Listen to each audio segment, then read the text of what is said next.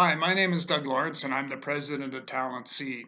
I'm also an international certified mentor practitioner, and we provide accredited mentor training on an international basis. But that's not why I'm here today.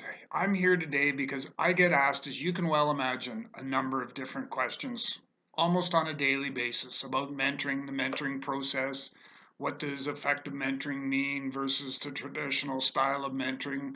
What does effective communication, what are some of the pieces uh, that are part of effective communication? And even, how do I go about implementing a mentoring program or a mentoring culture in my organization? Those, along with a number of other questions, are things that, I get asked, like I said, on a daily basis. So I thought, why don't I help people be successful? Why don't I put together some information that I can share? And this is a great forum to be able to do it. So I can share this information with you, with your organization, and help you be successful. Yes, I know that we're probably not going to be able to answer everything to the depth or the detail that you want, but I will leave my contact information on a slide at the end of this that you can feel comfortable in reaching out to me, and I'll do my very utmost, my very best to be able to answer your questions and to be able to guide you through. My bottom line, and mainly the reason for me doing this, is I want to help people be successful. I want them to experience the power, the gift of mentoring and what it can do for you as an individual and for your organization.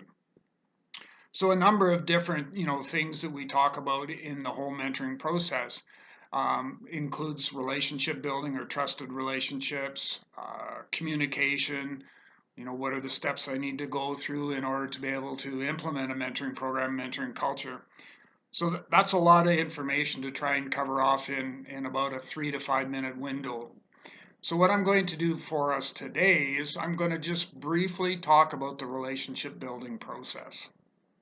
As you can well imagine, if we can't build a relationship with the person that we're spending time with, and that's the terminology I'm going to use for the mentee, the protege, the apprentice, whichever term you're comfortable with, but I prefer to say with somebody that I'm spending time with. If I can't build a relationship in a real reasonable period of time, the mentoring relationship or the mentoring pairing is destined to fail. And one of the key pieces for this is building the trust. And so I've worked with a number of different people. I've worked with people at high levels in organizations. I've worked with people that, are in the trenches working hard. I've worked with entrepreneurs who are looking for what can they do personally and professionally to grow in order to grow their business even that much further. But just as importantly, to grow themselves. And we'll come back to that in another segment down the road. Building the trust in the relationship requires, number one, that you understand who you are as a person.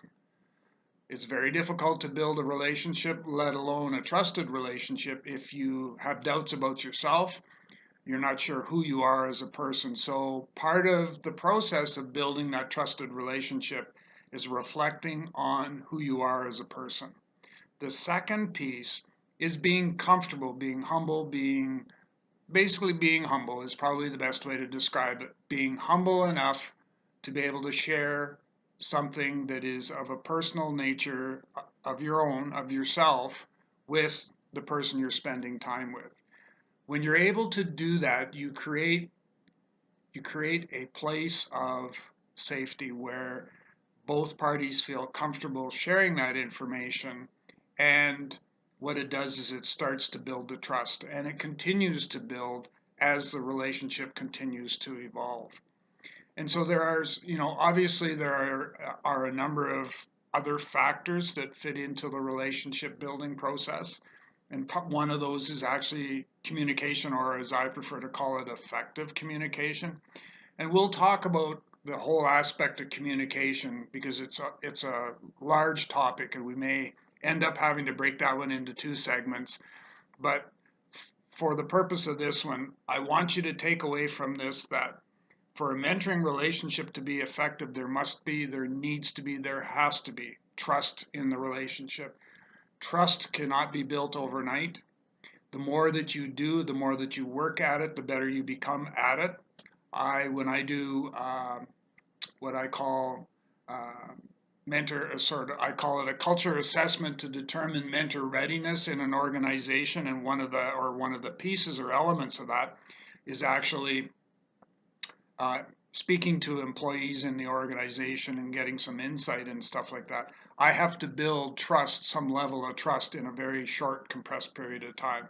So that just gives you an idea of where I'm going with this and what I'm talking about. So for today, I want you to take away from our time that we spent together here today. I want you to take away that as you go forward and get involved in sharing the gift of mentoring with so many other people, that building that trusted relationship is paramount. It's the first and foremost important thing that we need to do. And with that, thank you so much for taking some time to listen to me this morning or today or whatever time it is, wherever you are. But thank you for listening. And if you have any ideas or thoughts questions that you have that you would like me to deal with, please, I'll leave a slide at the end of this with my contact information, and we can use that to generate another segment further down the road. So thanks again, everybody, and look forward to our next time together.